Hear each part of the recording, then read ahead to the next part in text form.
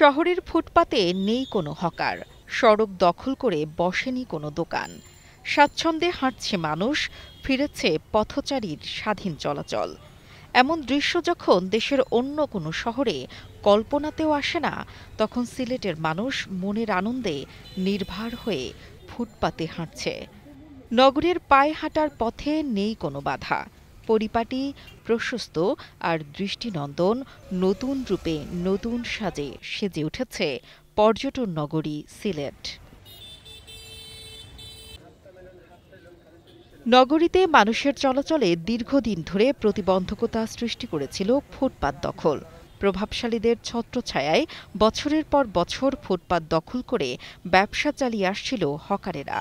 ফলে নগরীর হাঁটা চলা হয়ে পড়েছিল দুঃসহ।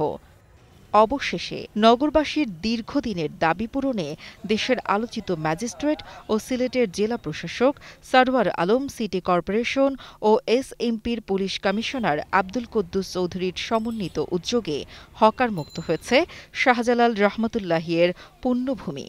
ফুটপাত ফিরে পেয়েছে নিজস্ব রূপ আর স্বস্তির নিঃশ্বাস ফেলেছে নগরবাসী। এই যানজটমুক্ত পরিবেশই আসলে সাধারণ মানুষ আমরা চাই, আর যার কারণে বর্তমান ডিসি মহোদয়ের যে পদক্ষেপ, সেই পদক্ষেপকে আমরা স্বাগত জানাই।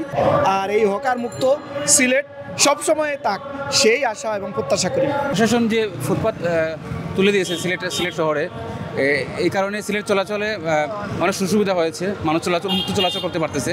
এই ব্যবস্থা প্রশাসন করে দেওয়ার জন্য আমার জন্য অনেক ভালো হয়েছে, সিলেটবাসীর জন্য অনেক ভালো হয়েছে। এখন ব্যবসা বাণিজ্য কিছু একটু বাড়ছে, আর আলহামদুলিল্লাহ আপনার হকার মুক্ত থাকায় যেমন আপনার জনদুর্ভোগ একটু কমছে।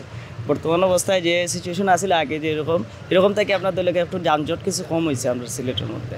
বাংলাদেশের প্রথম ইমিউনিটি বুস্টার সমৃদ্ধ ফ্যান্টাস্টিক হ্যাপি এনার্জি বিস্কিট। দখল মানেই দেশের প্রায় প্রতিটি শহরে ফুটপাতে হকারদের রাজত্ব, যেখানে পথচারীর চলাচল প্রায় অসম্ভব হয়ে পড়ে। সেই বাস্তবতায় দীর্ঘ ভোগান্তির পর হকার মুক্ত হয়েছে সিলেট নগরী। তবে নগরের মানুষ এখন আশঙ্কা করছে, রাজনৈতিক প্রভাবশালীদের ক্ষমতার দাপটে যেন আবারও ফুটপাত দখলের সংস্কৃতি ফিরে না আসে। নগরের শৃঙ্খলা ও সৌন্দর্য রক্ষায় প্রশাসনের কঠোর নজরদারি অব্যাহত রাখার দাবি উঠেছে সর্বত্রই। এখন মোটামুটি ফুটপাত খালি, আমাদের খুব ভালো লাগতেছে হাঁটতে। আশা করি এগুলা ফুটপাতগুলো যদি বসতে না দেন তা আমরা আরও খুশি হব। আর খুব ভালো লাগতেছে, আগের তুলনায় এখন অনেক ফাঁকা হয়েছে রাস্তা, আমাদের চলাচলের সুবিধা হয়েছে। আর আশা করি আপনারা এটা ধরে রাখবেন।